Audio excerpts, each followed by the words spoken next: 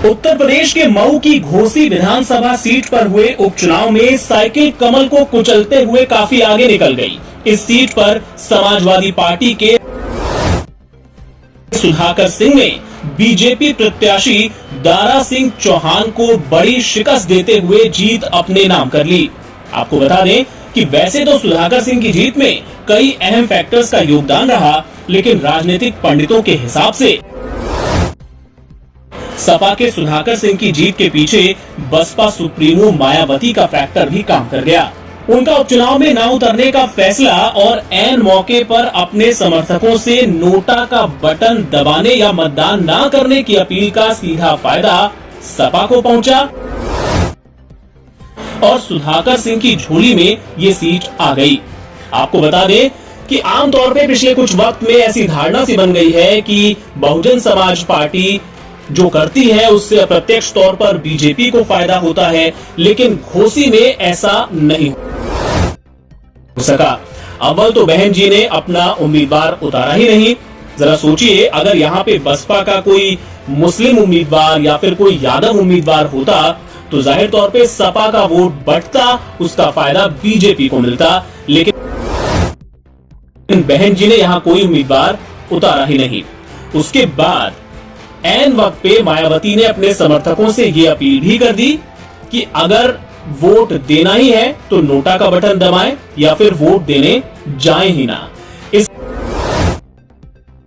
असर दिखा। आज जब मतगणना शुरू हुई तो नोटा को भी अच्छे खासे वोट मिले। 10 प्रत्याशियों में से 6 को पछाड़ते हुए नोटा तीसरे नंबर पर नजर आया और इससे समझा जा सकता है कि मायावती की अपील का क्या असर रहा। आपको बता दें कि बीजेपी ये उम्मीद कर रही थी कि जो तमाम योजनाएं वो चलाती है, चाहे वो राशन की बात हो या फिर दूसरी जो योजनाएं हैं जिनका फायदा लोगों को मिलता है, उसकी वजह से हो सकता है कि दलित मतदाताओं का एक हिस्सा उस की तरफ शिफ्ट हो जाए और दारा सिंह चौहान की वैतरणी इस चुनाव में पार हो जाए, लेकिन ऐसा हो नहीं सका और मायावती की एक अपील ने ही पूरा खेल पलट कर रख दिया। इसके अलावा ये भी बताया जा रहा है कि सुधाकर सिंह की उस इलाके में अपनी जो छवि है वो भी दलितों के बीच अच्छी है। इसके पहले भी जो चुनाव वो लड़ते रहे हैं तो दलितों के वोट का कुछ हिस्सा उनको पहले भी मिलता रहा है और इस बार भी उन्हें दलितों का वोट मिला, जिसका असर ये हुआ कि उन्होंने यहाँ पर एक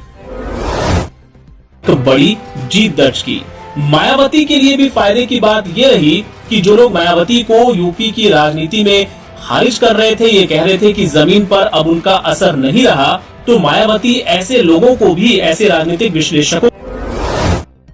को भी ये संदेश देने में कामयाब रही हैं कि दलित वोटर अब भी उनकी बात सुनता है और उनकी अपील का ही असर था कि दलित वोटर या तो घर से निकला ही नहीं, निकला तो या तो उसने नोटा दबाया या फिर सुधाकर सिंह के पक्ष में मतदान किया और